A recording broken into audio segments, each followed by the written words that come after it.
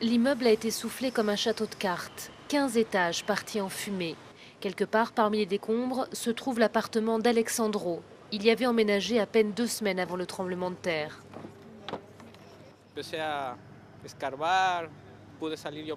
J'ai réussi à me dégager et j'ai pu sortir, puis me mettre debout.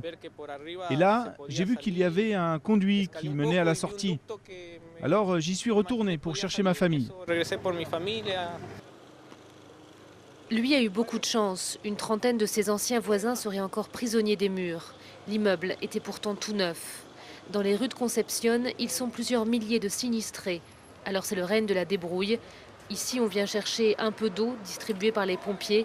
Là, on grappille quelques gouttes d'essence pour partir. On manque de tout. Alors les scènes de pillage comme celle-ci se multiplient et c'est la course-poursuite avec l'armée.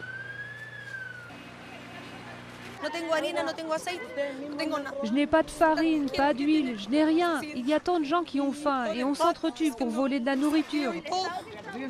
Pour limiter les scènes de violence, un couvre-feu a été instauré la nuit. Mais ce dont on a surtout besoin ici, c'est de l'aide.